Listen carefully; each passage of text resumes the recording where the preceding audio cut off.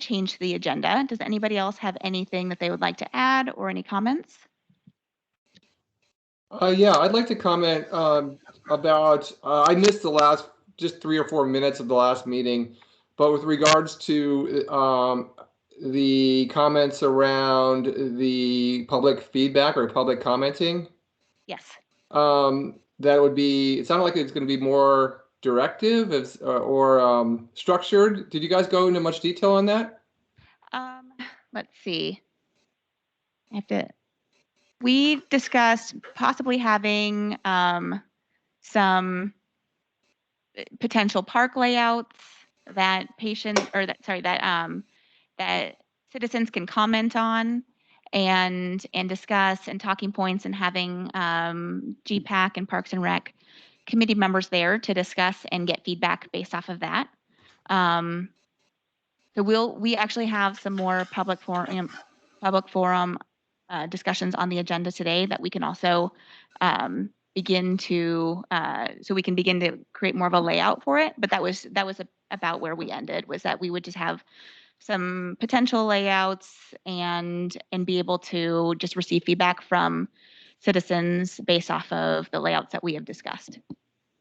My only feedback to that is we don't want to get false positive or negative readings from the public. So for instance, I think we want more public feedback on the parks itself, correct? Or do we want feedback on our proposals? Because it could be two different things.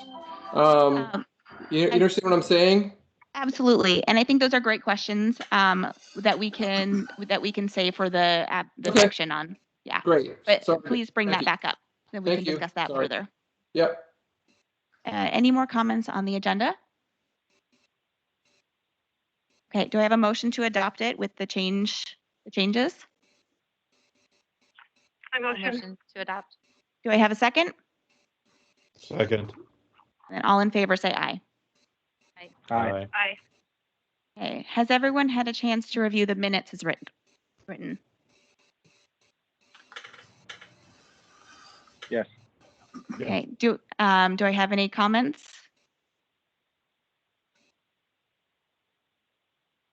Do I have a motion to adopt it as written?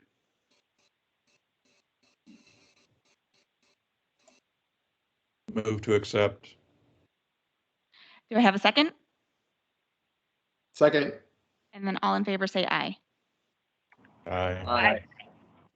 And public, did we have any written public comments? I didn't see any. Okay, all right. So we had no written public comments, so we will begin. So the first section tonight, the amenities group has just a few updates. Number one, we worked on getting some cost estimates for soccer and softball fields. We'll begin with those. I believe it was slide 17.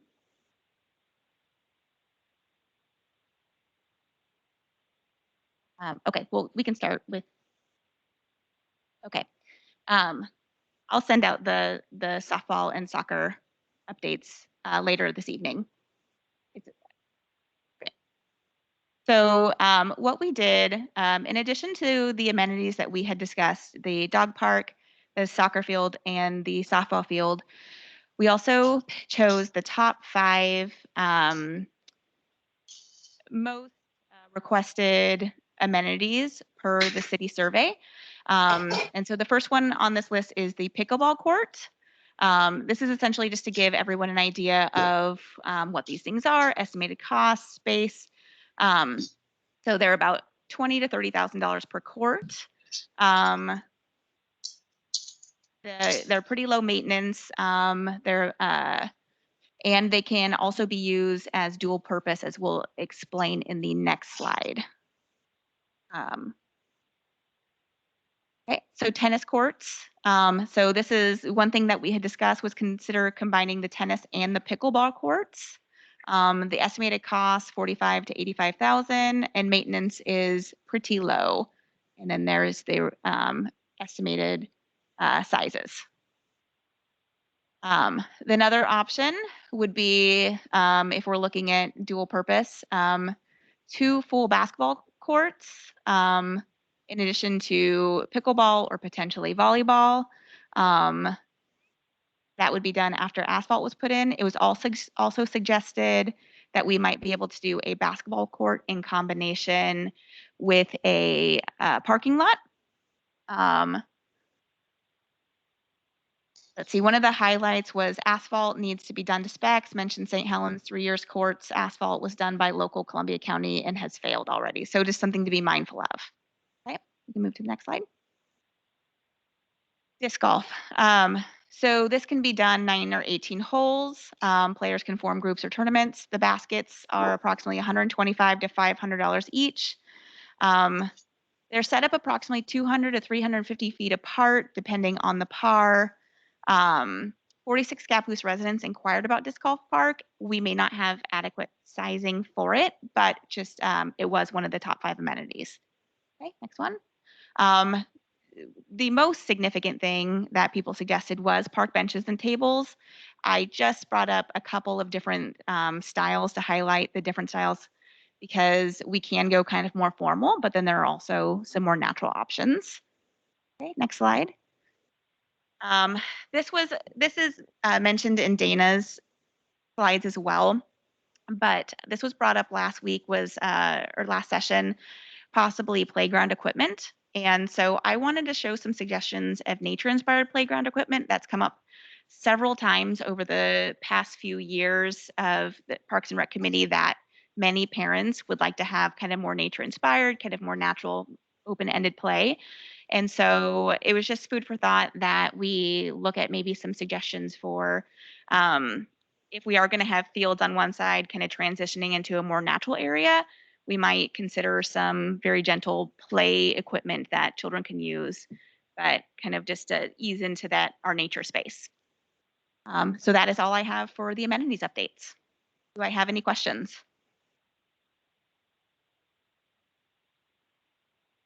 Just one thing on the Frisbee golf.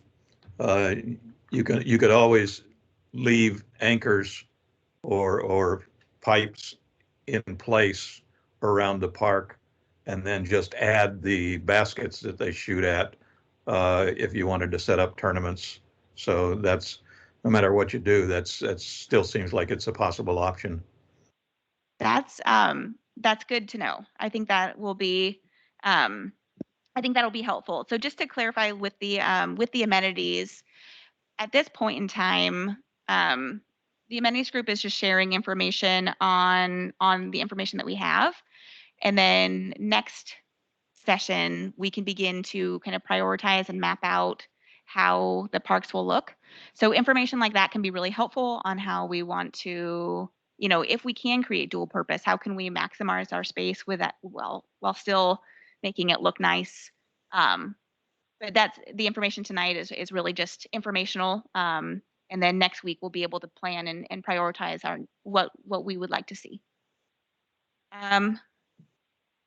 The next item on the agenda is information on the splash pad.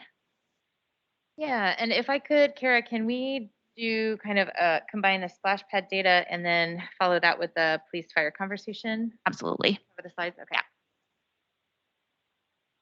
All right. So our work group has remained very active and continued to build out the initial slide deck with the information that we've gathered over the course of a number of weeks. We actually have come to a place where we are offering some key considerations for the group, and we will, these are things that we need to pair against all of the other uses. So if we can start, Isaac, if you'll go up to the road, sorry, all right, road recommendations. So the things that we took into consideration when we thought about the road included some of the survey feedback from November, the public input. We spoke with the police and fire chief, get their opinions on what is needed for the community in terms of emergency services and supporting the growth of the community, and pairing that also against trends and best practices in traffic through parkways. So based on all of those data points, which you will be able to find later in the presentation, but we just want to kind of like distill this information for you guys. The findings have led us to these opinions, recommendations. So there there's strong public opposition. I think it was further down in the slides, you'll see it was like a 20-1 people opposing the road to being for the road. So if we choose to do the road, there's going to be an uphill battle in terms of persuading the community to be supportive of this. There is a need for alternative emergency interconnection options. This is something that both the police chief and the fire chief felt strongly about, given the fact that just as a community and being in Oregon, we are at risk of a number of natural disasters and earthquakes, flooding, wildfires. There really needs to be a better way for people to exit that side of town. That, however, could be achieved by having a road similar to the CZ Trail. So not one that is like a permanent traffic road, but one that could be locked. The fire chief said he would not be supportive of speed bumps or bollards because that kind of diminishes their ability to respond to an emergency in a timely fashion or, move people through there. But he is in favor of locking gates. So some of the minimum necessities for his emergency vehicles is a 20-foot minimum intermodal path with a locking gate. That was kind of the bare minimum. And that may also then, help facilitate the utilities infrastructure that needs to also be included in the park. In terms of the environmental concerns that we heard expressed about culvert versus bridge, that does need to be hammered out. One consideration that you'll need to put forth in front of council is that if we cannot do a culvert, the bridge that spans needs to hold 75,000 pounds.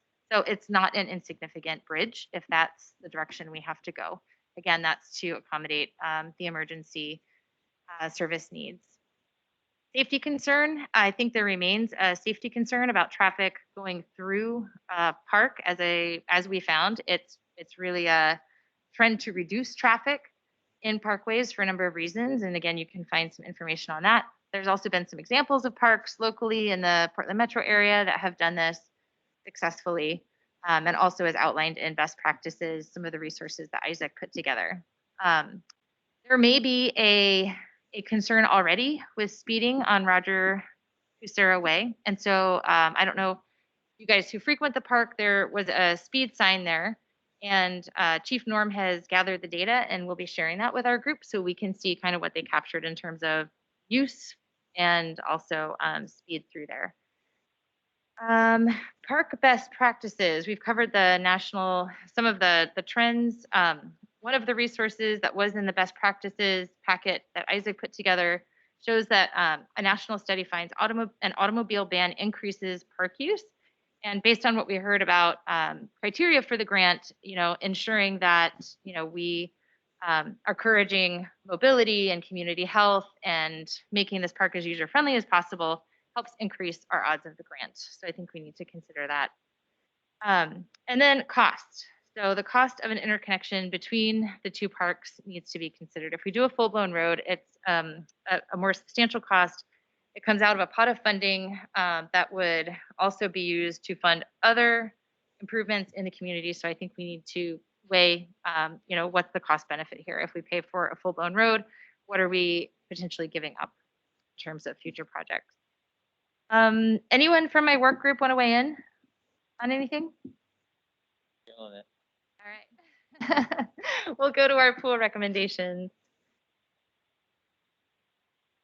Okay, so the pool that's currently proposed in the original Grabhorn plan was simply a 6-lane pool. And we do have a concern that might not be sufficient in terms of meeting the needs of the broader community.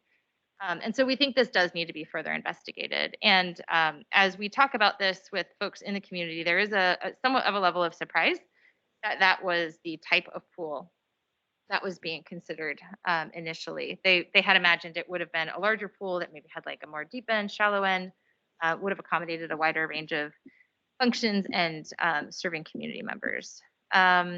Cost for pool operations maybe needs to be reassessed. We did get some pool operation costs from Carlton Pool, and it does seem to be some lower costs or not pair exactly with the costs that are currently in the pool survey. So we were just recommending that maybe a more broad look be given to pool operating costs specifically for pools of that size.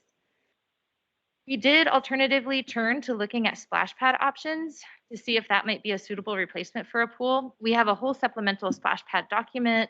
We have asked Tool to get some stats and figures for us, which he did. We had folks within the work group searching and pulling information. And so we have put together a nice, I think, compilation of information that talks about the different prices. A splash pad could be constructed anywhere from $200,000 to $1 million. Operating costs are typically $25,000 to $50,000 a year.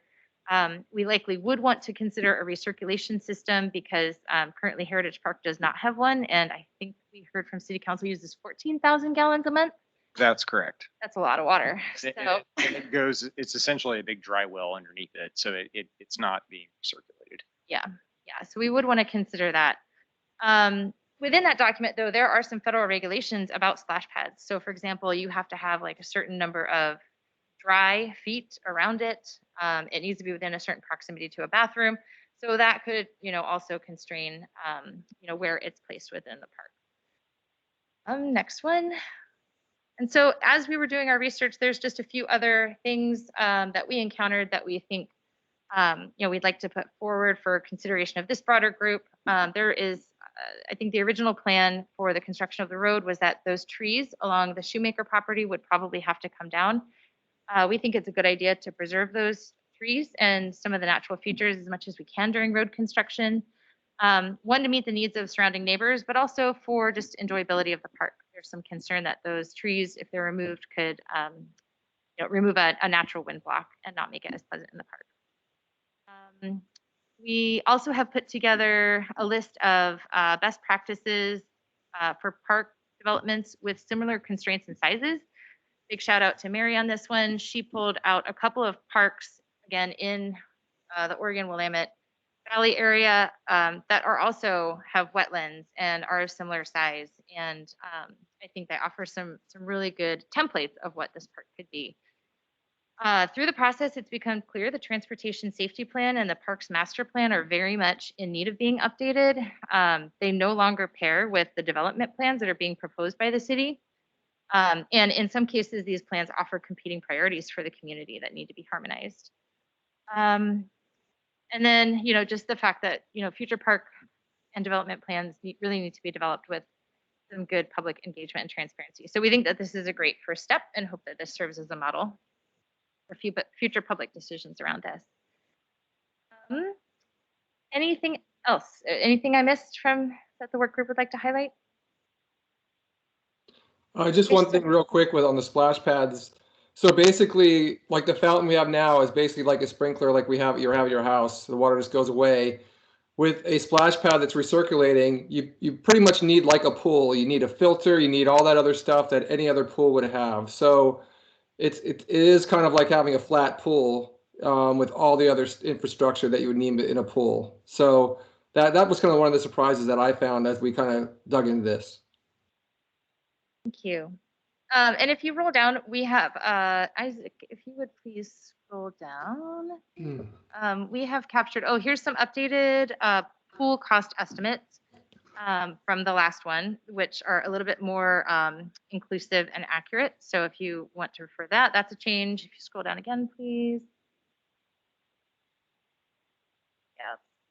Yeah. Yeah, let's go all the way down to there we go. So there is there we go, that's new.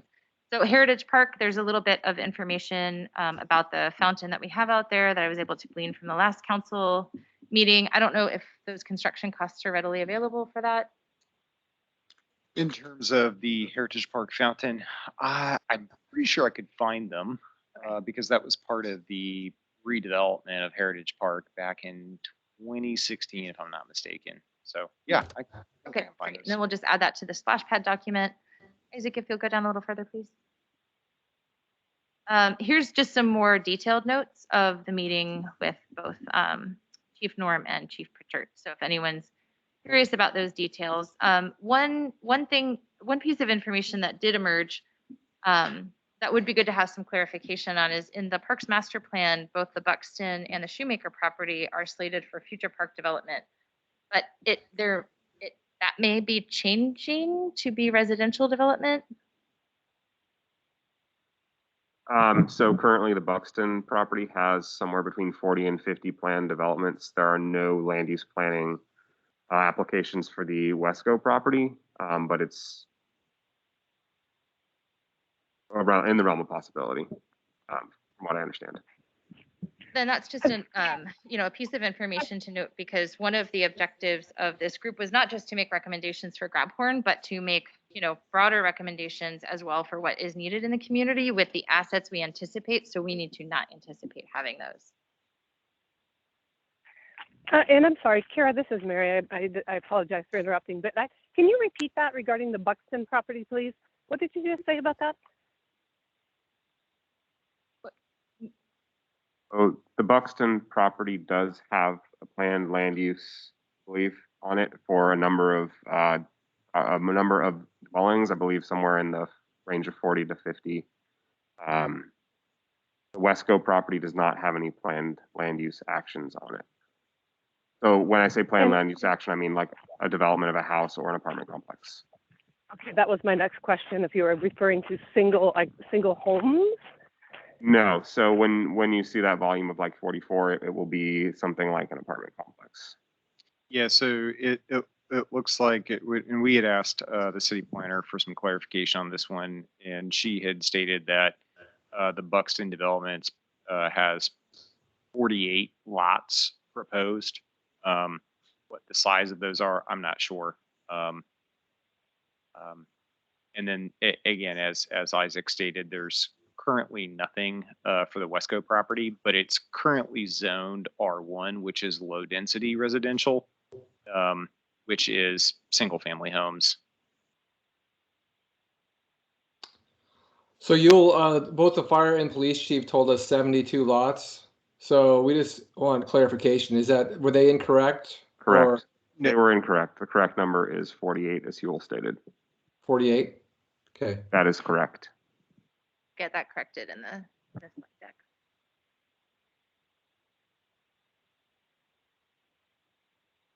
And did you have additional information or? Nope, that is it. So I think that kind of effectively concludes the work of this work group, unless another line of investigation is necessary or something comes up in the public comment. But I think those are the sets of facts that we want to get out there for this group as we begin to negotiate all of these priorities. Perfect, thank you. Next we have a discussion of the Scapus Bay Watershed Council, or kind of like the environmental concerns. Dana is out tonight, so she was hopeful that one of her group members was going to be able to present, but she did not get a name to me. So she had mentioned Nicole. Yes, I'd be happy to walk through the slides. Thank you so much.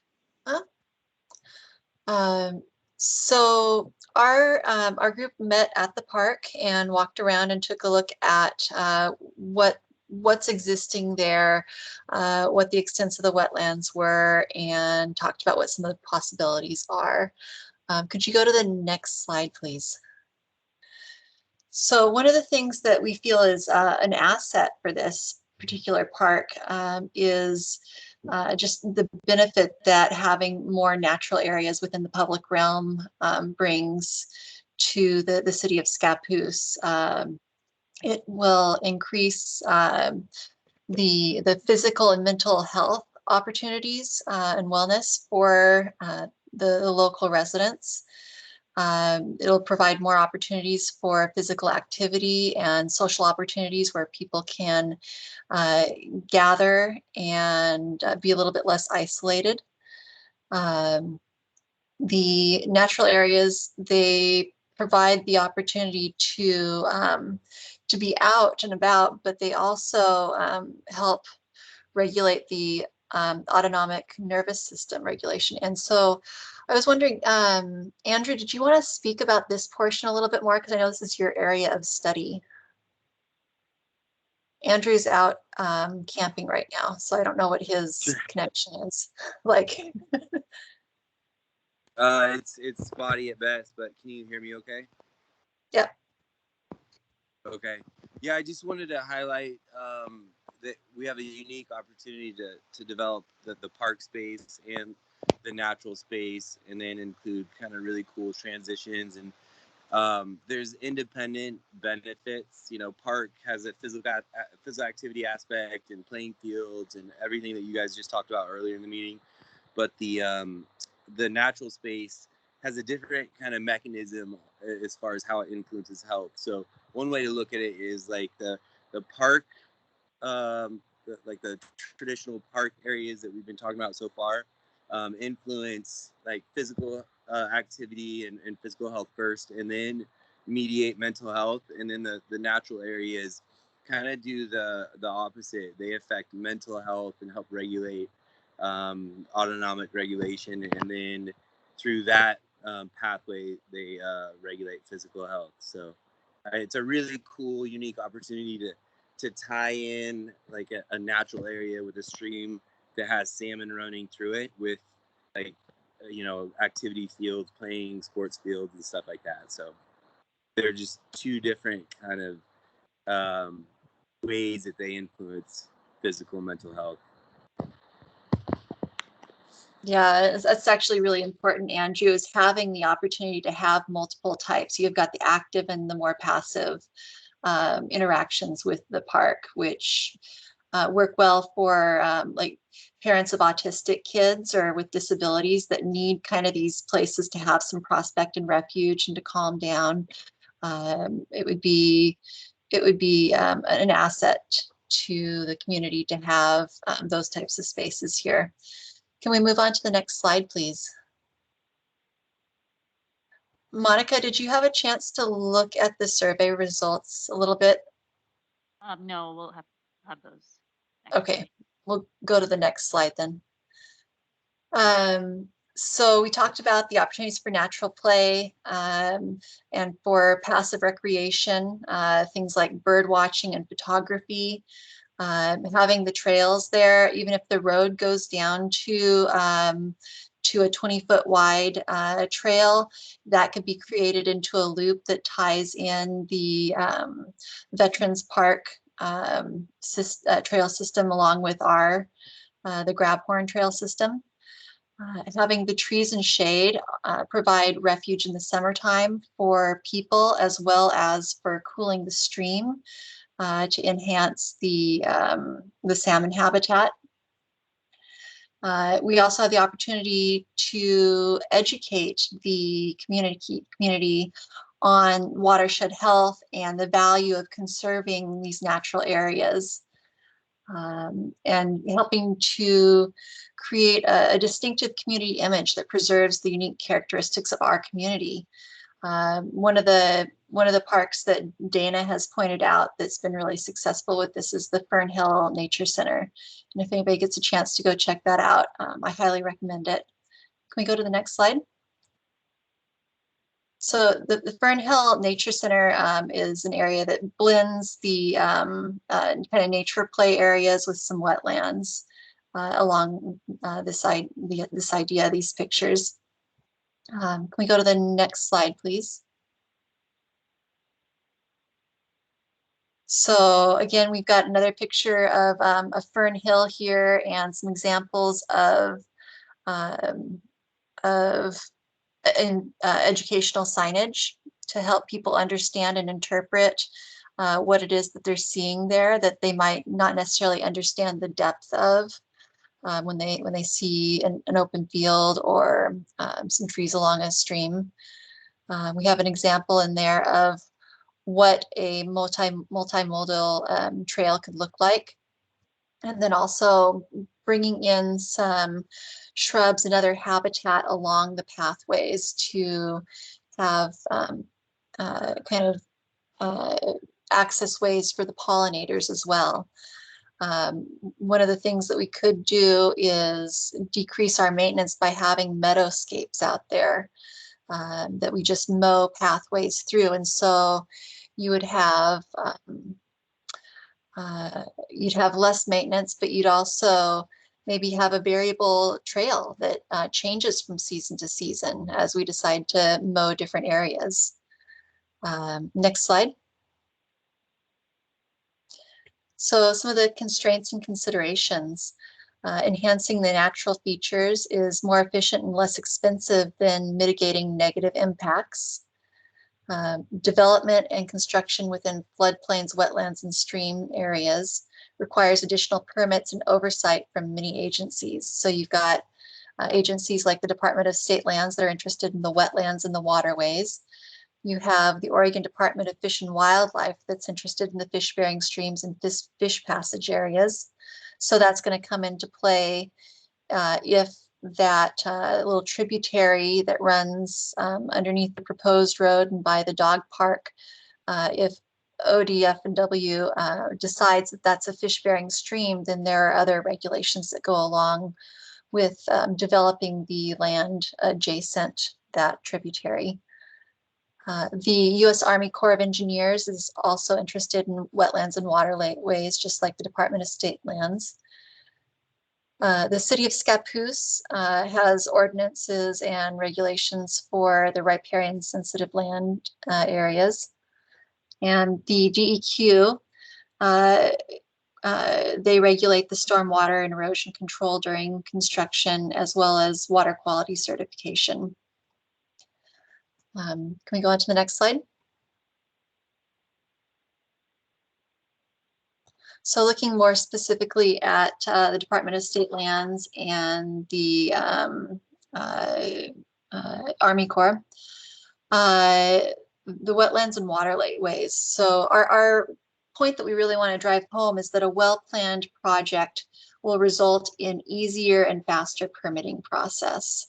And that also translates to money saved in design and mitigation fees. One will really want to identify the regulated waters on the project site, which are listed there. And then two, we'll want to have a consultant identify the boundaries, assess the function and the value, and develop the mitigation plans. And we've done that for the Scapus Creek. It has not yet been done for the tributary. And I believe for the wetlands as well, but Dana can speak more to that. Three, we'll want to explore alternatives to avoid or minimize impacts on those resources. So that means, more applications for, or potentially fewer applications for removal of fill permits. Sorry, I haven't read over this as well as I should have. Applications for removal fill permits require demonstration that the activity is the practicable alternative with the least impact to wetlands or waterways. So when we do fill out these permits, we have to show that we've considered at least 3 other alternatives that and that the alternative that we are proposing to move forward with is the least impactful one. So number 4, to plan to mitigate for unavoidable impacts, propose mitigation to replace the functions and values lost as a result of the project. And so that's part of what we're doing along the stream already. But again, with the wetlands on the site, if we're putting in sports fields, we need to mitigate for the loss of function of the wetland. If we do end up doing work around the tributary, we'll also need to propose mitigation for any impacts to that tributary. So go ahead, next slide.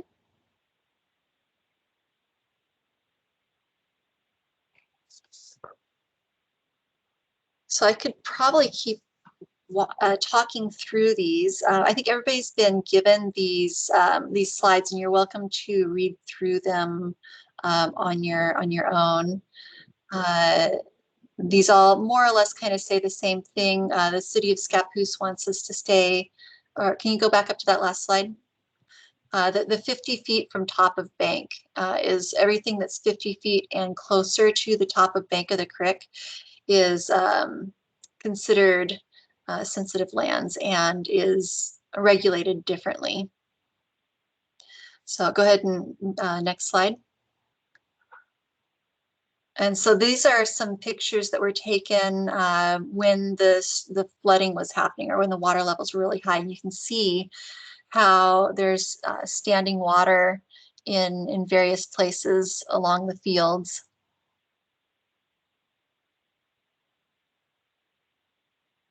And again, here we have the tributary off to the left-hand side and the wetlands off to the right-hand side as some of our opportunities and constraints within the park for developing it. So long-term maintenance and costs. Costs of plant installation as well as mini stream enhancements could be covered by grants or partner funding, especially if they have to do with enhancement or mitigation. All the park amenities will require long-term maintenance by public works staff, volunteers, or contractors. And the Parks Department is already, or not really department, the public works staff has their hands pretty full with the parks that they already have and the public lands that they're already maintaining. So we'll want to consider maintenance as we are proposing amenities for the park. And then Dana wanted to note that the cost data shows that the combined cost of installation and maintenance for natural landscape over a 10-year period may be 1/5 the cost of conventional landscape maintenance due to significantly reduced or eliminated labor, water, fertilizer, and mowing. The reduced consumption of fossil fuels for lawn maintenance equipment is an additional benefit. And more or less what we're talking about there is when you have a plant community that is native and drought tolerant, and it's working with the local microbes and microbiology within the area. After establishment, it really does not need to be fertilized. It does not need to be watered. It'll just need to be weeded until everything fills in. All right, next slide. Or is that the end? That's the last slide. Okay, cool. Thank you. Does anybody have any questions, or did anybody from our group want to, did I miss anything?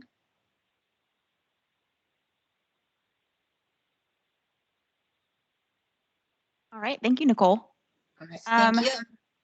The next topic of discussion that I'd like to discuss is the public forum.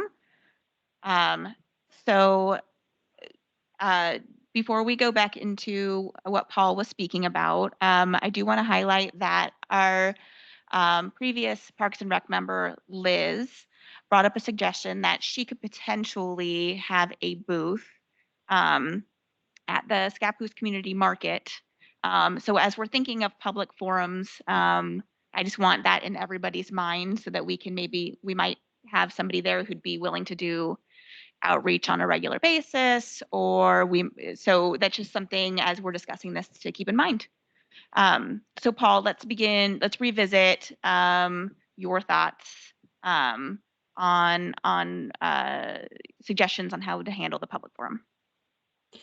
Well, I just, from the notes, it sounded like the direction was to get feedback on our work, which is good, but it's also not 100% feedback on the park itself. Like, I don't know if I'm being clear, but it's kind of like asking, is a shark bite worse on your foot or your arm?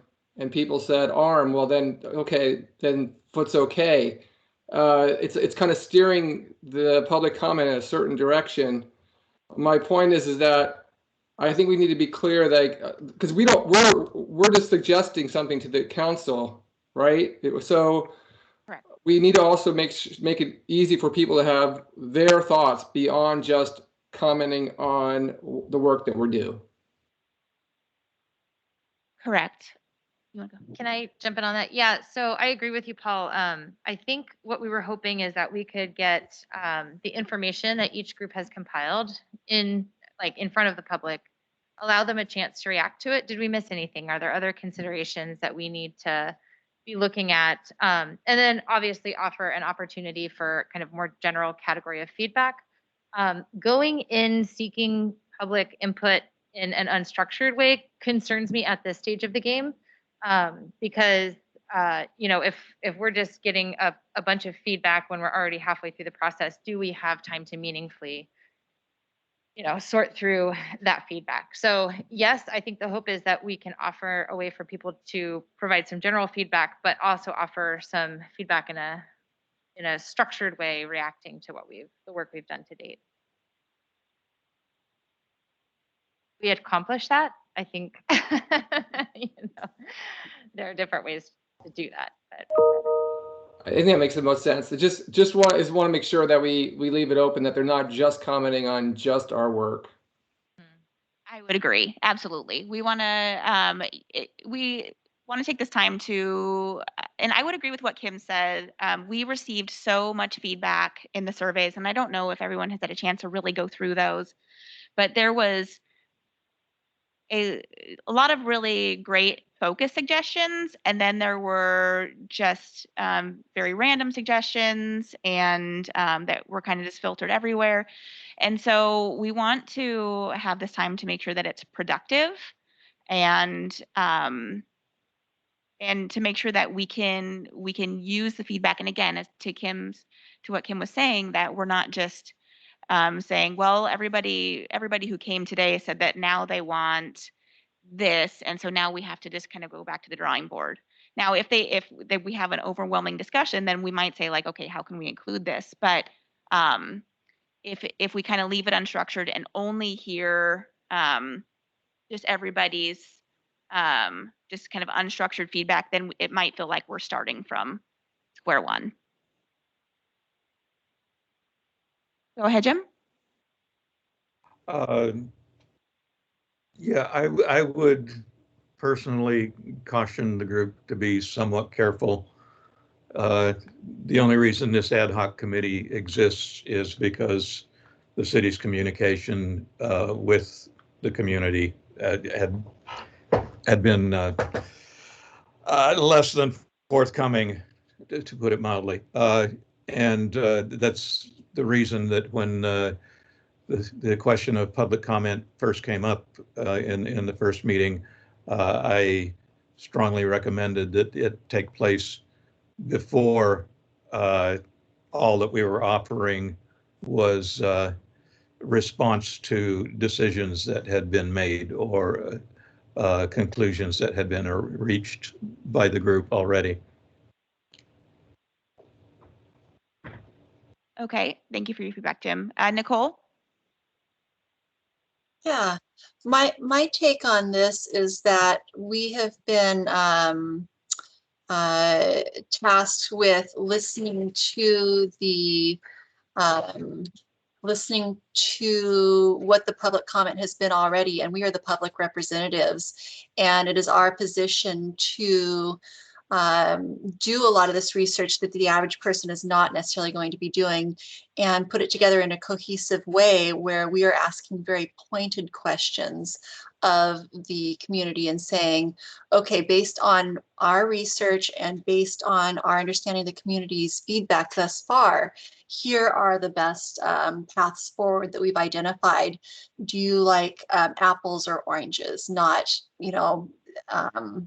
do we need, pineapples and cherries as well? Otherwise, this is going to be an endless loop of discussions, and it will be lost in committee forever. So that's just my take. Okay, Nicole, thank you. Do we have any other thoughts?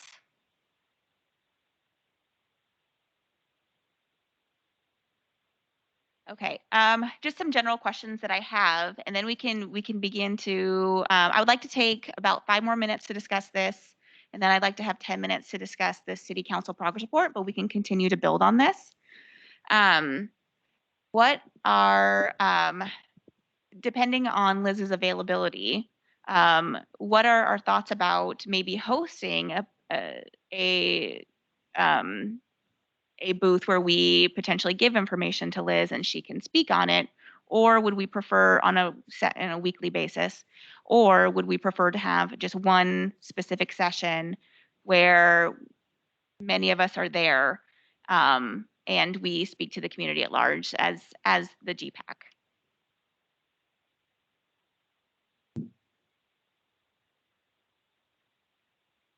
Yes, Kara, if I can share my initial thoughts on that. I think Liz's offer was incredibly generous, and I think if there's maybe some information that we could provide Mm-hmm. that could be available there that tell people how to provide public comment, but I would be, I guess, I wouldn't want to burden her with, transferring all of the comments that she received, nor would I ever want there to be any sort of miscommunication or misrepresentation.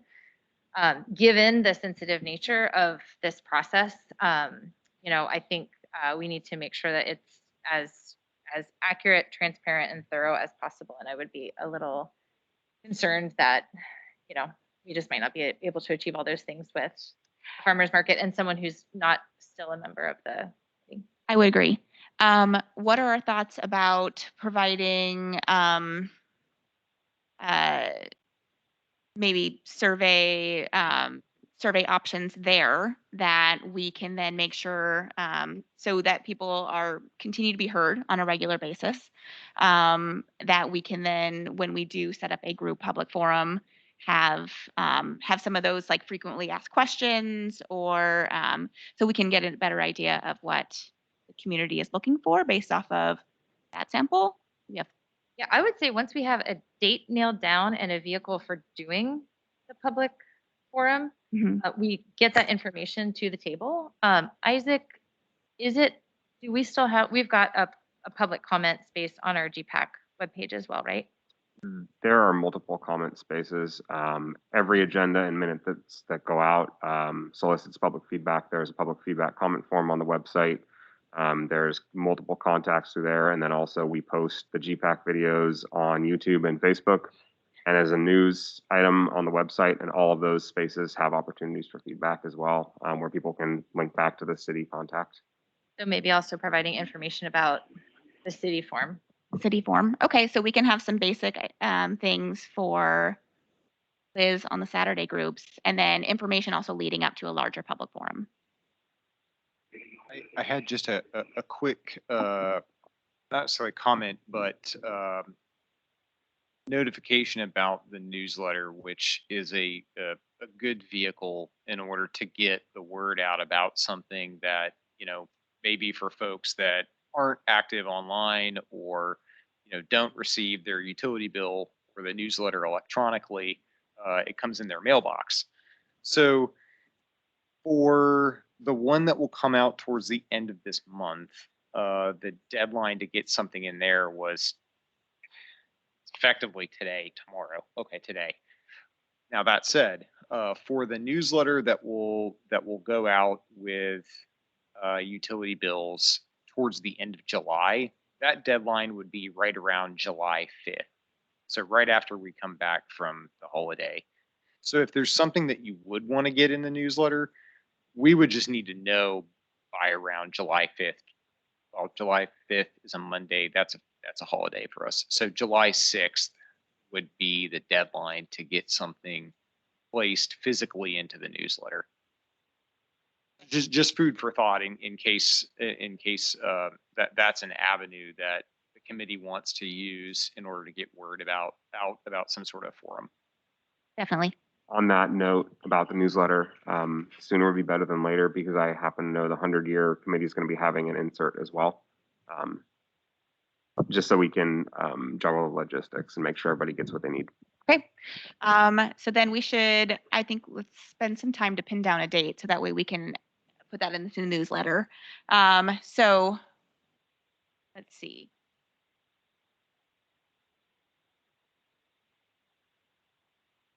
So we have the centennial, that's in August. Okay, I apologize, I don't have the timeline right in front of me. August 13th and 14th. Okay. That's the week preceding the final GPAC meeting as scheduled currently. Okay, perfect, thank you. So we can plan for a date mid-July, correct? So that way we have the information in the newsletter by July 5th. That would be able to go out. around July 25th is when it would end up in people's mailboxes. Okay, so at A that little point, late. it's a little late. Okay, so then we would need to, if we were to, And that's not to say, I mean, there are plenty of ways to get the word out, and particularly with the size of this committee, I would hope that that could be doable even without getting something in the newsletter. It's just an added hurdle because it's those times to get something in the newsletter come so infrequently. okay. Well, then I would still suggest that we attempt to hold this forum sometime mid-July. So that way we still have plenty of time to understand the feedback that we have. And then and actually make potential changes if needed, or really thoughtfully discuss the data before we have any final presentations. Does anybody have thoughts on that?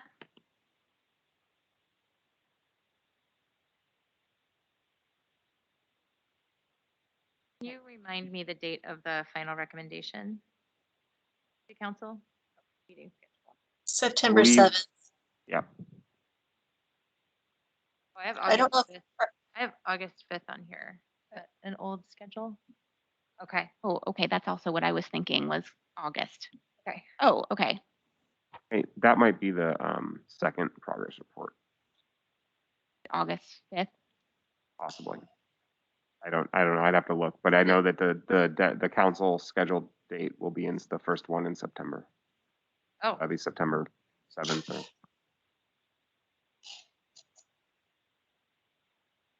Okay. If we also, having the public forum would also be helpful to have prior to our second council report, because then we can also discuss our findings based off of the public opinions and public suggestions at that time. Are there any dates that absolutely don't work, or any major outside of the first weekend of July? We might plan to just pick a date, pick a Saturday.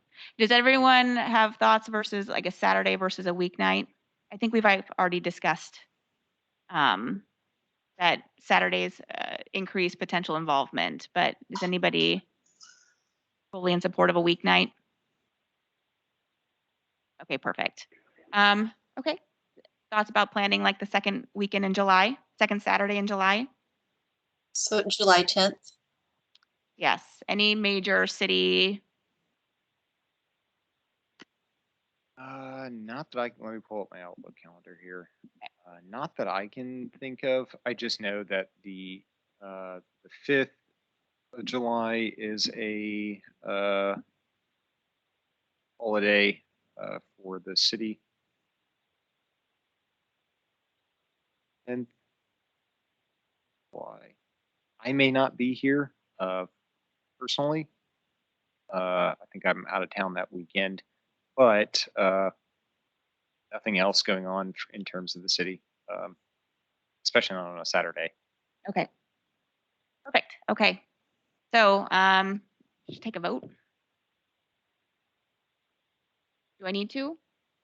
Okay, all right. Well, I'll take a vote just to make sure. All in favor of July 10th for our public forum? Oh, sorry, do I Aye. have a motion to adopt July 10th as our public forum? Okay, do I have a second? I second. And all in favor say aye. Aye. Aye. Okay, so we've got a date. We'll begin, we'll continue to discuss this at each session. And then we can also begin to at least have some information for to present at the Scapus Farmers Market, just saying that we are advertising the forum and some opportunities for public comment. So perfect. All right. So the last few moments, I just want to speak on preparation for the progress report. Kim and I will be attending City Council meeting Monday night, where we'll be discussing our findings so far. We have about 15 minutes to present. So at this point, it's going to be discussing where we started, what we reviewed, and then just some things that we're continuing to consider.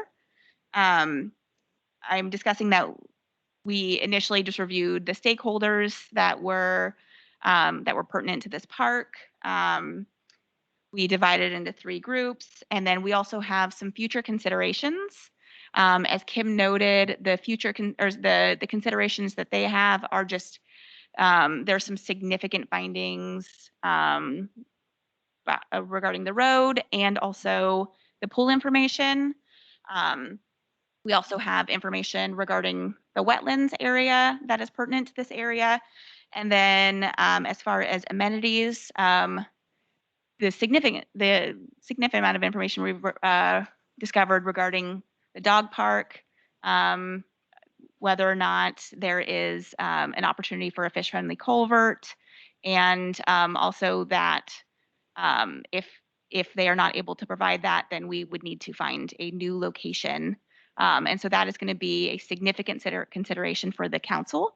The other information that amenities will share is that there's a lack of sports fields for soccer and softball. And something to consider that I will just bring up to the city council is whether or not we would, the city should begin to build a bridge with the school district so that we can have so that we can begin to share our land usage to maximize the amount of field use that we have. So based off of our amenities findings, that's what I will be sharing. Anybody have, it is at this time, we cannot add to the slides, but based off of those discussion points, does anybody have any strong concerns or questions?